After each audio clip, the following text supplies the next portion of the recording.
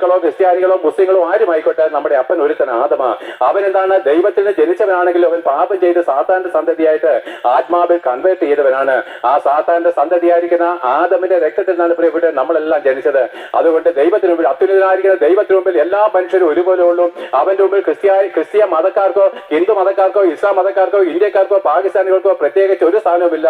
അവൻ ചിരിക്കുന്നു, അവൻ പറയുന്നു ഒരുത്തം പോലും നല്ലവനില്ല, എല്ലാവരും പാപം ചെയ്തവരാണ്, പിശാചിനോടുകൂടെ നരകാക്കിയിൽ ഒടുക്കപ്പെടുവാൻ വിധിക്കപ്പെട്ടവനാണ്.